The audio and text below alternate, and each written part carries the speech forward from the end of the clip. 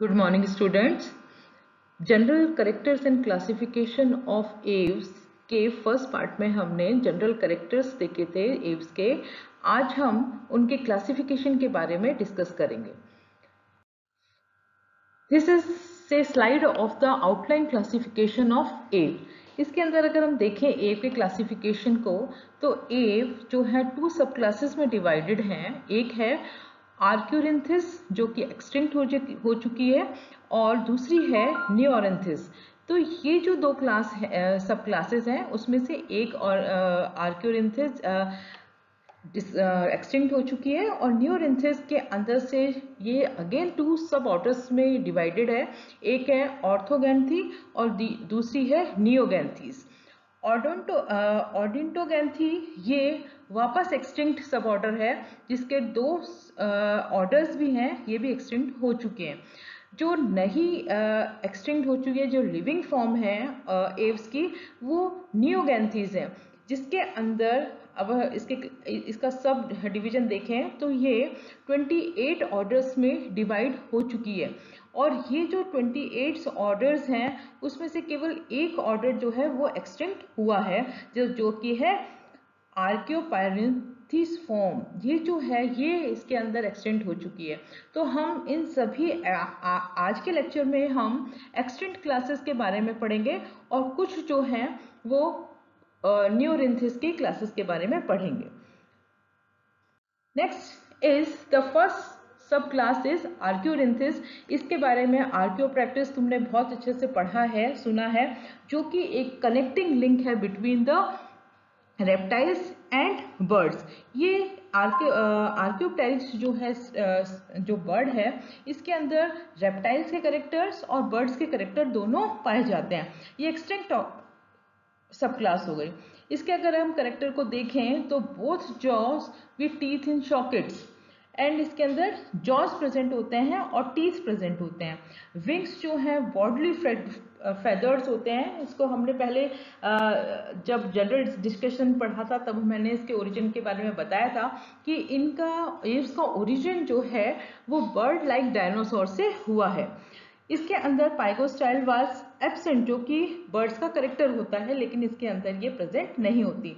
Tell long है with more than 13 caudal vertebrae bearing races arranged in a two lateral rows. 3 fingers and metacarpals were free, each with a claw. This is the example of Orchorhynchus archaeopteryx. ये इसकी fossil form की structure है। This is the life structure of this Archaeopteryx. This is the fossil form of this Archaeopteryx. Next is the Ornithorhynchus. Second सब class जो है ornithorhynchus है, जिसके अंदर से एक जो ऑर्डर है, सुपर ऑर्डर है, वो इसके अंदर एक्सटिंक्ट हो गया है, और नियोऑर्थिस जो है वो इसके अंदर एक लिविंग सब ऑर्डर को शो करता है। जो एक्सटिंक्ट हो चुकी क्लास है उसके अंदर, और नियोरिंथिस के जो करेक्टर्स हैं वो ये हैं। टेल जो है यूजुअली लॉन्ग है, एंड इन ए पाइगोस्टाइल, इसके अंदर पाइगोस्टाइल पाई जाती है। Teeth are absent except in the few forms, इसके अंदर जो लिविंग फॉर्म है उनके अंदर टीथ नहीं प्रेजेंट है, और जो फॉसिल्स हैं उनके अंदर ये टीथ प्रेजेंट होते हैं। Claws absent in the four limbs. Vertebrae are the heterocoelous in the living forms, and caudal vertebrae in are 13 or less. This is the fossils example of Neornithis. इसके अंदर हेस्परॉर्निस जो है वो इसके अंदर एक्सटिंक्ट Neornithis है। इसके बाद हम आते हैं, this is the extinct class of Ornithurae. इसके अंदर जो सुपर ऑर्डर है ये Odontognathae. Odontognathae is the extinct class, extinct order, sorry. इसके अंदर this is the extinct crustaceans birds हैं। Teeth present in the furrow और जॉ। जो ओडोंटोगैंथी हैं, इसके अंदर टीथ प्रेजेंट थे। जो लिविंग फॉर्म्स हैं जो आज हम पढ़ते हैं, जो लाइव हैं, दीज उनके अंदर ये टीथ प्रेजेंट नहीं होते हैं। इसके अंदर this is the first order of Odontornithes. इसके अंदर हेस्परॉर्निथिस फॉर्म्स। इसके अंदर clavicle is not fuse, sternum lack keel, Teeth are present in both jaw. Wings of the vestigial humerus only. This is the example of Hesper ornithis form. Hesper ornithis. This is the example of Hesper ornithis forms का. Next आते हैं second, ये भी extinct हो चुकी है, इथियोऑर्निथिस form. इसके अंदर clavicle is fused, sternum keeled होती है, वेल डेवलप्ड विंग्स होते हैं, jaws are tooth. This is the end the example of this Ichthyornithiformes का, इसके अंदर Ichthyornis, Ichthyornis, this is the example of Ichthyornithiformes. Next आता है क्लासिफिकेशन ऑफ बर्ड, जो लिविंग के अंदर हम पढ़ते हैं. इसमें Ornithurae is the sub class in which 2 super orders are present. इसके अंदर से हमने एक्सटेंट क्लासेस का तो पढ़ लिया है. अब हम लिविंग जो नियोगैंथीस है उसके बारे में हम डिटेल में स्ट्रक्चर्स, डिटेल में क्लासिफिकेशन पढ़ेंगे. इसके अंदर अगर ऑर्निथोरिंथिस के अगर हम जनरल इसको डिराइव करें तो नियोस मीन्स होता है मॉडर्न. तो इसका मतलब ये हुआ नियो ऑर्निथिस मीन्स हो गई मॉडर्न फिशेस जो लिविंग है. Generally beaks of the birds are toothless. Short tail होता है, टर्मिनल पाइगो स्टाइल प्रेजेंट होती है, ऑन विच जो feathers are semi circular arrange. Well developed sternum होता है, बियरिंग ए डिस्टिंक्ट कील और कैरिना. इसके अंदर metacarpals and carpals unite to form a carpometacarpals. Generally 13 or less caudal vertebrae are present. Digits are usually caught. This subclass divided into 2 suborders, जिसको हमने बताई दिया. इसके अंदर तो हमने ओडोंटोगैंथीस के बारे, जो कि एक्सटिंक्ट क्लास है, उसके बारे में पढ़ लिया है. अब हम नियोगैंथीस जो कि लिविंग है उसको हम एक्सटेंडेड रूप में पढ़ेंगे. तो नियोगैंथीस के जो करेक्टर्स हैं उसके बारे में अगर हम देखें तो इसके अंदर सिलेंडर वॉर्मर्स होते हैं, सेपरेट द पेलेंटाइन इम्परफेक्टली. इसके अंदर जो वॉर्मर है वो पेलेंटाइन से सेपरेटेड होते हैं, बहुत अच्छे से सेपरेट नहीं होते, इम्परफेक्टली होते हैं.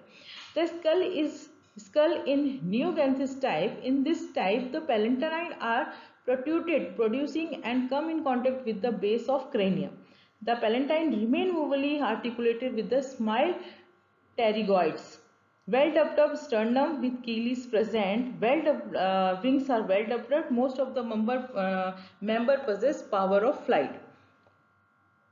Rectirices are arranged in a semicircular manner and help in the flight. This superorder is divided into 28 orders, in which only one is extinct.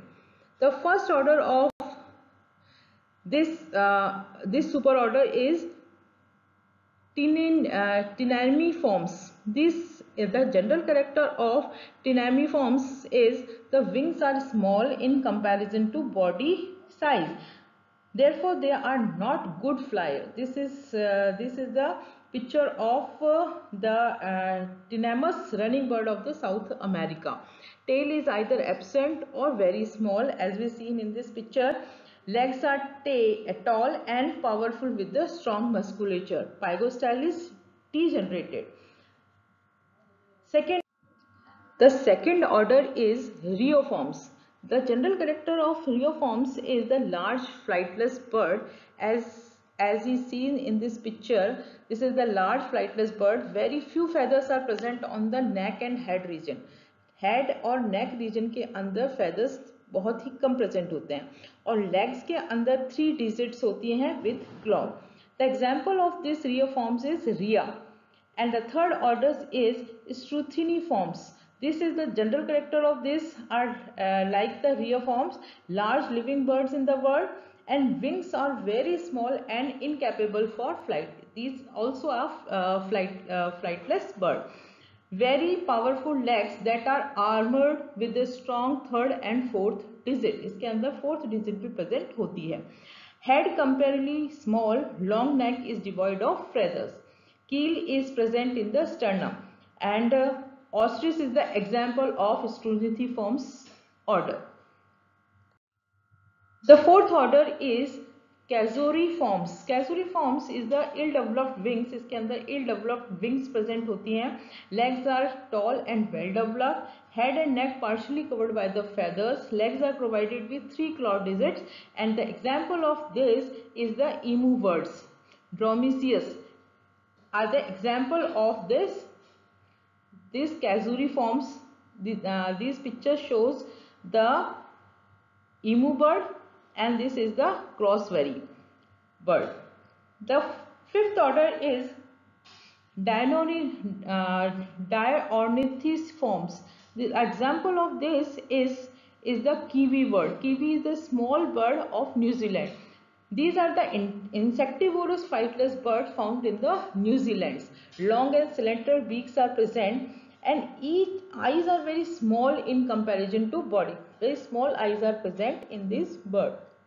Nearly degenerated wings are present, इसके अंदर wings जो है बहुत ही degenerated होते हैं। And feathers are barbless, sternum without keel. An example of this is kiwi. ये जो fifth order है ये एक्सटिंक्ट ऑर्डर है।